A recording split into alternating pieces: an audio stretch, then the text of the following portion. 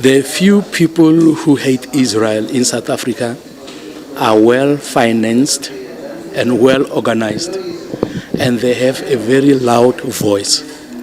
Many of those who love Israel, unfortunately, are not speaking out loud enough. But I can tell you with conviction that the majority of South Africans love Israel. Many churches in South Africa have the word Zionist in their names. Some have the word Jerusalem in their names. And all those people are people who love Israel, but the media does not focus on them. Unfortunately, they only focus on those who hate Israel. What are your challenges as a supporter of Israel? Well, you always get hate mail.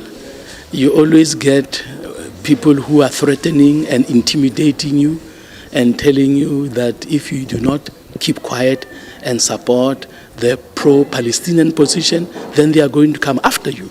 I'm used to hearing that, but I'm not moved by that because I'm committed to truth, and the truth should be known that there is no apartheid in Israel. How can supporters of Israel fight back against groups like BDS? The supporters of Israel and Israelis themselves, their weakness is they don't speak out. You know, many commonalities between Jews and Christians is that we are peaceful people. We don't want to fight. Sometimes just think, leave them alone, it will pass, it will pass. It does not pass. We need to speak out.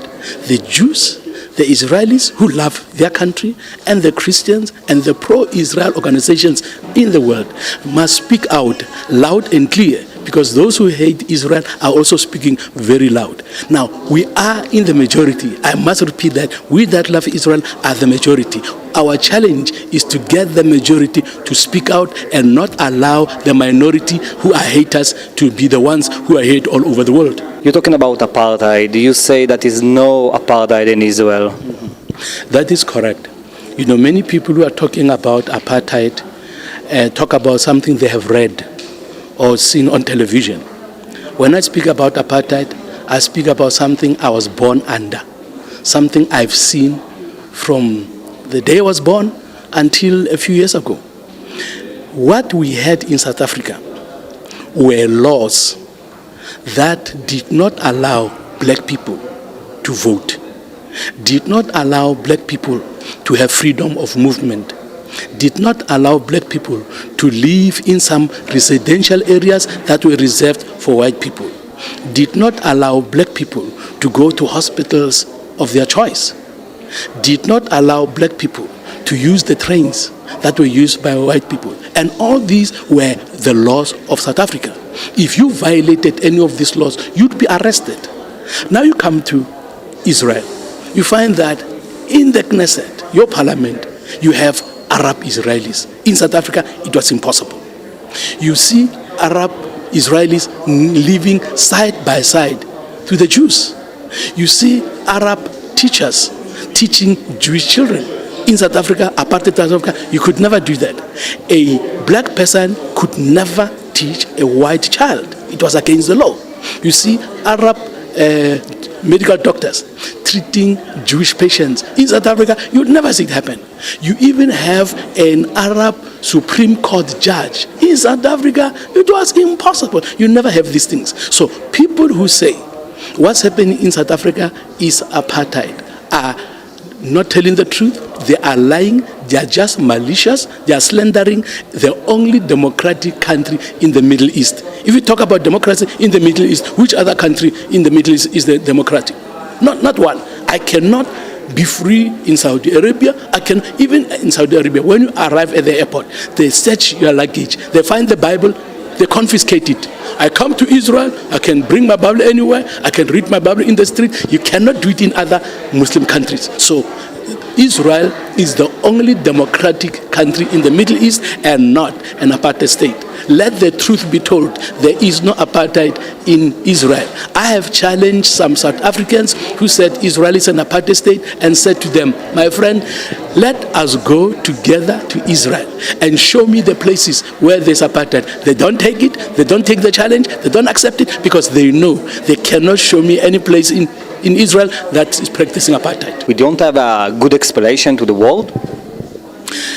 Yeah, you see, I think the problem with Israelis is that they are not speaking enough. They are not making their positions to be clearly known and understood by the world. It's like saying, let's leave them, and I think it's a mistake.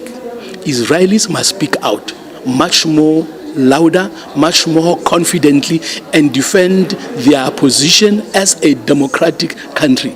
Israel needs to be more aggressive in inviting people to Israel to come and see for themselves. Because I know the majority of people who come to Israel, who were against Israel, who thought Israel was an apartheid state, when they live with changed minds. They live knowing that there is no apartheid because they have seen it for themselves. So if I can give an advice to Israelis, is that get a campaign, put a campaign together of inviting your enemies to come to Israel and say, show us where's apartheid. This is what was happening in South Africa. This was apartheid in South Africa. Show us anything that was done in South Africa that's happening in Israel. They cannot do it. And I think you need to be more initiative, more assertive, more convincing in saying, people, we have nothing to hide. Come. Those who are haters of Israel in South Africa, they are saying, don't go to Israel, don't go to Israel, because they are scared. If people come, they are going to realize this is all a lie. This is all propaganda. There's no apartheid. So do yourself a favor. Get people to come to Israel and see for themselves. And when they leave, they'll become like me and become ambassadors for truth, ambassadors for Israel. So I am an unofficial, unappointed ambassador for Israel, a self-appointed ambassador for Israel, because I love this country. It's beautiful. I mean, last night, for example, we went into the old city. After 12 o'clock midnight, we were walking in the streets, and I said to my fellow South Africans, we can't do this in Johannesburg. We can't do this in my own country. After 12 o'clock midnight, you see children with the mothers in the streets. It doesn't happen in South Africa. So this is a beautiful, peaceful country that many South Africans must visit, many enemies of Israel must visit. But it must take the government and the people of Israel to be assertive, to go out there and invite your enemies to come and see for themselves. Ambassador Kenneth Meshoe, thank you very much for this interview. Obviously, you must say self-appointed, because I've appointed myself an ambassador for Israel. I hope that one day I'll have that title officially, that this is an ambassador for Israel. I hope so also. Thank you very much. My pleasure, my pleasure. Thank you very much. The people of Israel will love you very much.